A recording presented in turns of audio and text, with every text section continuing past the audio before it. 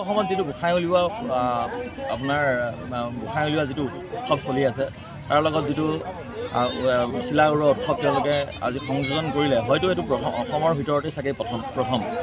গতিকে আপোনালোকৰ জৰিয়তে সকলো অসমবাসীক লগতে আমাৰ ইয়াত যিসকল চিলা উৰোৱা প্ৰতিযোগী অংশগ্ৰহণ কৰিলে সকলোকে ধন্যবাদ জ্ঞাপন কৰিছোঁ যে এনেকুৱা এটা উখল মাখল পৰিৱেশ এটা সৃষ্টি কৰিলে। কাৰণ সেই আপোনাৰ যেতিয়াই স্কুল গৈ আছিল, স্কুলীয়া জীৱনৰ মানে মুহূৰ্তবিলাক মনত পেলাই দিয়াৰ কাৰণে আয়োজক কমিটিক অশেষ ধন্যবাদ জ্ঞাপন কৰিছোঁ। ধন্যবাদ। নমস্কাৰ সকলোকে।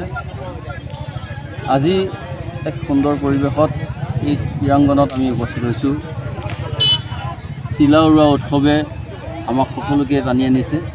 এই চিলা উৰোৱা উৎসৱত উপস্থিত থাকি ইমান সুন্দৰ এটা সময় অতিবাহিত কৰিব পাৰিছোঁ। এই চিলাই আমাক কি সম্প্ৰীতি সমন্বয়ৰ বতৰা কঢ়িয়াইছে।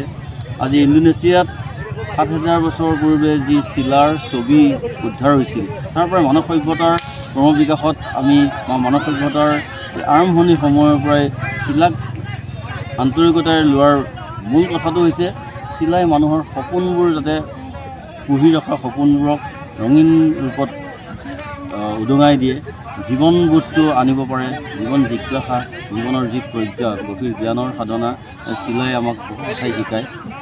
পৃথিৱীত বাস কৰিবলৈ আমি আত্মা আৰু পৰমাত্মাৰ যি সম্বন্ধ, এই চিলাই যেন আমাক আকৌ উনুকিয়াই দিয়ে বুলি আমি অনুভৱ কৰিব পাৰিছোঁ।